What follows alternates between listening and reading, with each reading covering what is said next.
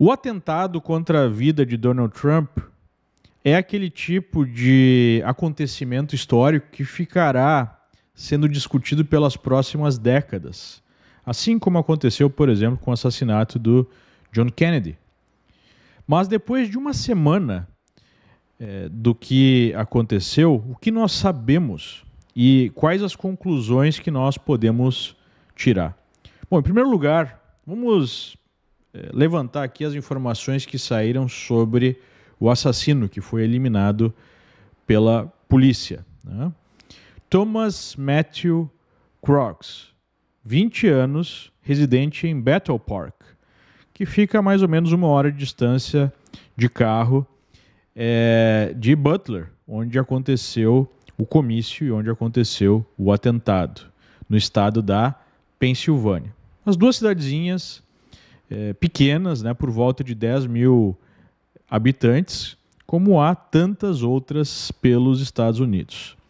Ele se formou recentemente em engenharia, mas um curso de 2 anos, né, uma espécie de técnico, não é um bachelor degree, é um associated degree, que é bem comum aqui nos Estados Unidos em universidades menores, né, universidades comunitárias. Ele trabalhava numa casa de repouso, alimentando, né, velhinhos. Há relatos positivos em relação a ele. Ele fazia parte de um clube de livros sobre matemática. Aparentemente era a paixão da vida dele. Não tinha uma presença em mídias sociais, o que não deixa de ser um pouco estranho. Ele foi inicialmente tratado como aqueles sujeitos antissociais, mas parece que a realidade não é bem essa. Ele tinha, sim, um círculo social, apesar de ser um sujeito retraído. Ele era registrado, oficialmente pelo menos, como republicano, mas há também registro de uma doação para uma ONG ligada ao Partido Democrata no dia de posse de Joe Biden.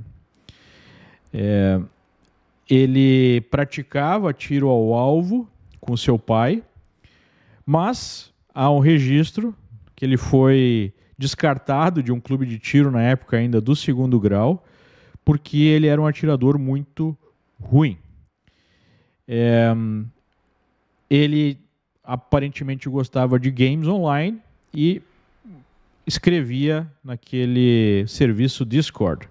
E ali, segundo a polícia, ele teria colocado num grupo que dia 3 de julho, o dia do atentado, seria a sua grande estreia, né? Então, essas são as informações básicas sobre o sujeito. Aparentemente um nerd, mas que não era um antissocial. Ele tinha, sim, uma vida social e, aparentemente, não havia nada em seu demérito, não tinha registro criminal. A sua mãe era uma assistente social, mas ficou cega, né, cuidado pelo seu pai, que também é assistente social. O pai dele era um aficionado, né, está vivo, é um aficionado por armas, mas também não há registro de qualquer problema em relação à família. A mãe dele registrada como democrata, o pai como libertário. O que ele fez em relação ao evento? O que se sabe até aqui? O FBI foi até a sua casa, tomou o seu computador, abriu o seu celular, conseguiu, né, estava criptografado, e não identificou nada que pudesse indicar uma motivação, nenhum manifesto, nenhuma sinalização de atuação política do sujeito. Mas como é que ele agiu? Ele se registrou no evento no dia 7 de julho, quando abriram as inscrições. Ele foi até o local mais de uma vez. Ele voou um drone no local. Na manhã do atentado, ele voou esse mesmo drone. Na manhã do atentado, ele foi até o clube de tiro treinar. Ele comprou uma escada numa Home Depot, uma loja, né, aqui nos Estados Unidos bastante comum, com materiais de construção, uma loja grande. E também comprou 50 munições para um rifle estilo AR-15, o mais popular aqui nos Estados Unidos. Ele foi até o local pela manhã, voou o drone novamente, por incrível que pareça. Ele foi visto, aparentemente, a primeira vez, mais de 1 hora antes do evento começar. pela polícia. Depois nós tivemos mais uma vez ele sendo avistado às 5h30, né, 30 minutos antes do evento começar, em cima do telhado com um dispositivo que mede a distância até o palco. E aí é a parte mais impressionante, porque naquele mesmo prédio estava a polícia local que dava apoio ao serviço secreto que estava num prédio mais próximo de onde acontecia o comício. E como é que você vê um sujeito em cima de um palco com um dispositivo para medir a distância até o palco e não faz nada? Isso é realmente impressionante. Mas, enfim, ainda 10 minutos antes, né, do evento começar, ele foi novamente avistado pelo serviço secreto, que chegou a tirar uma foto dele, e depois nós tivemos o Trump subindo ao palco.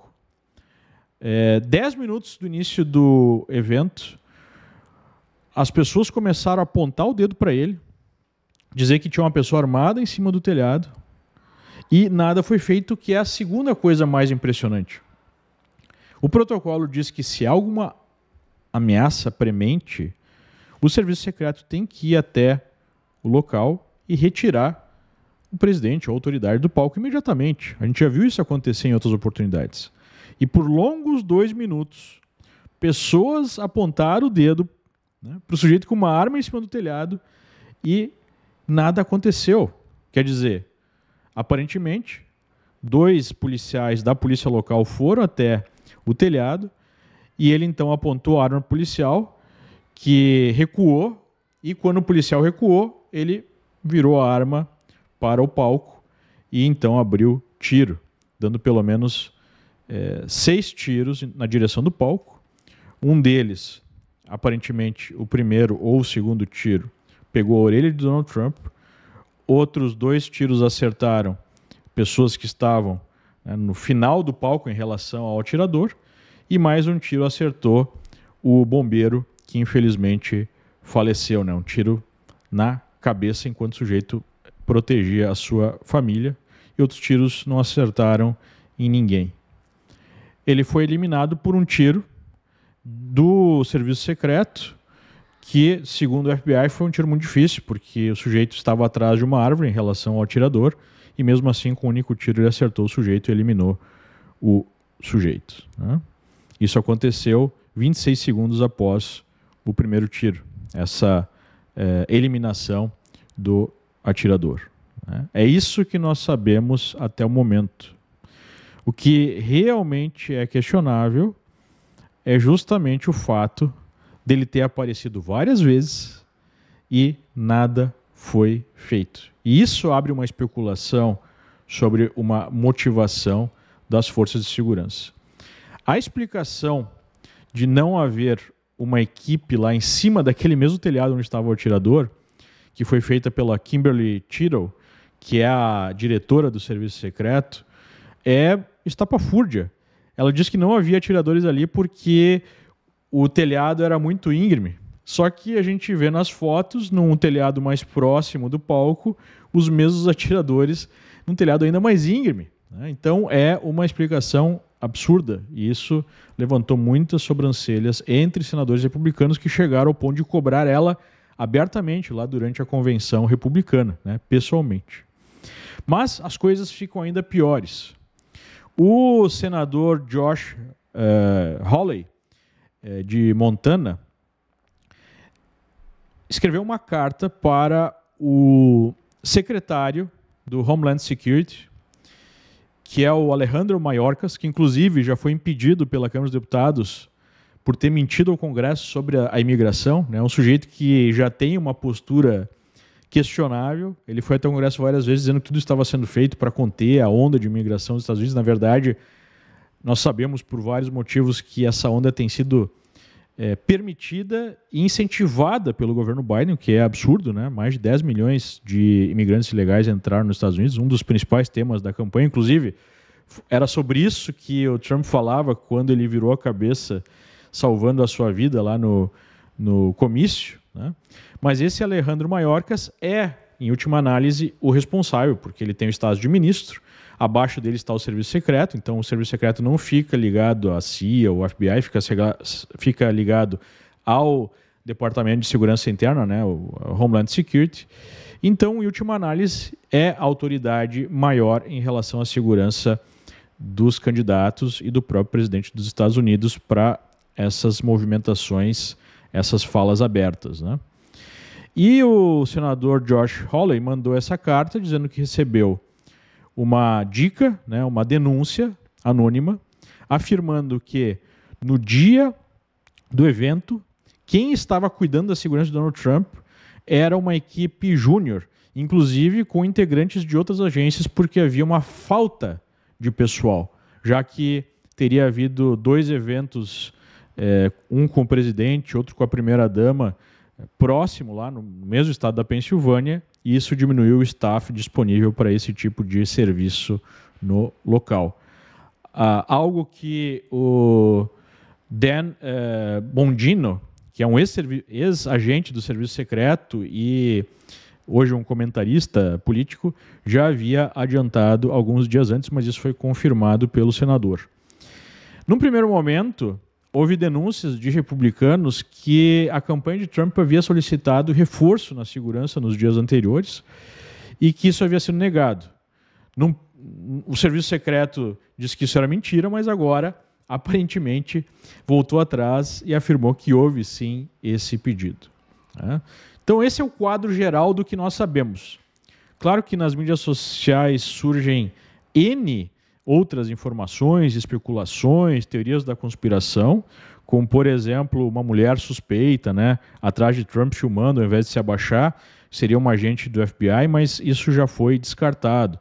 Que haveria um sujeito lá na caixa da água da cidade, que também, né, tem uma linha direta de visão para onde Trump estava, mas aparentemente é apenas uma sombra, né, dá para ver no Google View.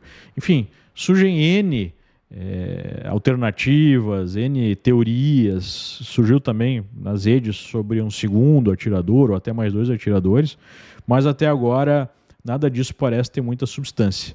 Tudo que eu falei aqui para você, eu revisei e tem várias fontes diferentes que confirmam essas informações, que vêm então de autoridades. O que nós podemos concluir? Nós podemos concluir que houve uma falha grotesca na segurança do presidente. E a grande pergunta é se essa falha foi intencional ou não. Até o momento, não há sinalização, e também não haveria, né, se os grupos interessados estejam de alguma forma por trás do que aconteceu, não iam informar isso ao público, mas até agora não surgiu nenhuma evidência mais clara de participação direta desses sujeitos, dessas agências nessa operação. Mas uma tese que vai ficando mais cristalina é sobre simplesmente eles terem relaxado a segurança para deixar isso acontecer ao natural, digamos assim. Porque nós sabemos que faz anos que a imprensa aparelhada pela esquerda vilifica Donald Trump, trata o Donald Trump como uma espécie de Hitler, como uma ameaça à humanidade, e quando você vai insuflando as pessoas em relação a isso, é óbvio que algum vai surgir para tentar proteger, né, a humanidade ou proteger o país. Então, me parece que essa é uma tese bastante plausível da diminuição da segurança com o objetivo de deixar que algo acontecesse contra o Trump, né? Então, isso é bastante provável. Uma tese que surgiu, e por incrível que pareça, 1/3 dos democratas, segundo uma pesquisa recente, acredita nisso, é que houve uma encenação por parte de Donald Trump desse atentado. O que é basicamente absurdo, porque você tem o sujeito tomando um tiro no rosto, não tem como você mirar na orelha de alguém naquela distância, né? O mais impressionante é que, em tese, o tiro foi dado com uma mira aberta, ou seja, não havia ali uma mira específica, o sujeito estava apenas com a arma, o que é, né, impressionante, mas enfim, você não tem como simular um atentado dessa forma.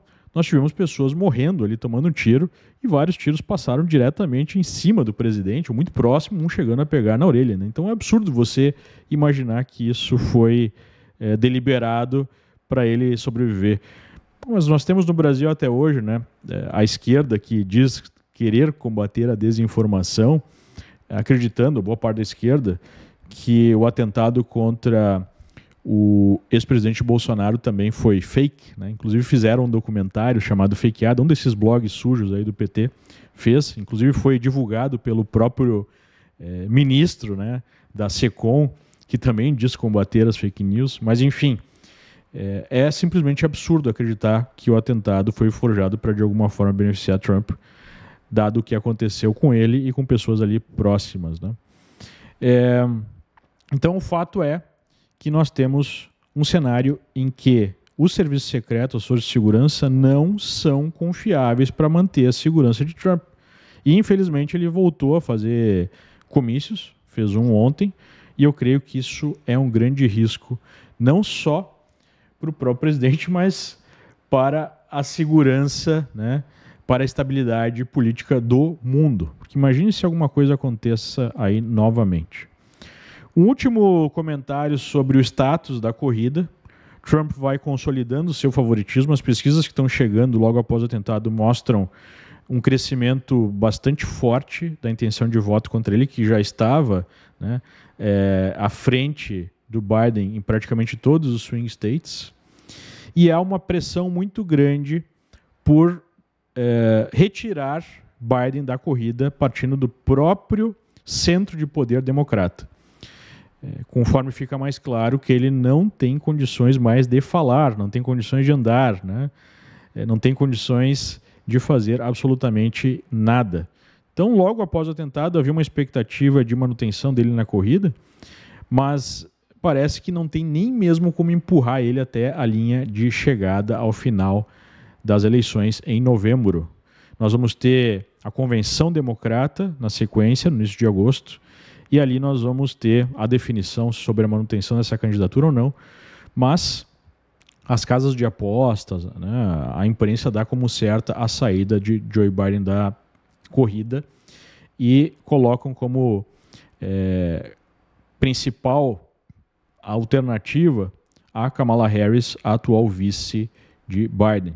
Até nas casas de aposta ela aparece bem à frente como o possível nome para substituí-lo, né? Então, essa é a situação da corrida. Eu não creio que uma mudança nessa hora vai mudar muito a trajetória, que está muito favorável a Donald Trump, a não ser que alguma coisa muito diferente aconteça, né? Dessa vez vai ser difícil dos democratas tirarem da cartola alguma coisa, como foi em 2020, a Covid e aquela votação em massa por correio que possibilitou a eleição de Joe Biden.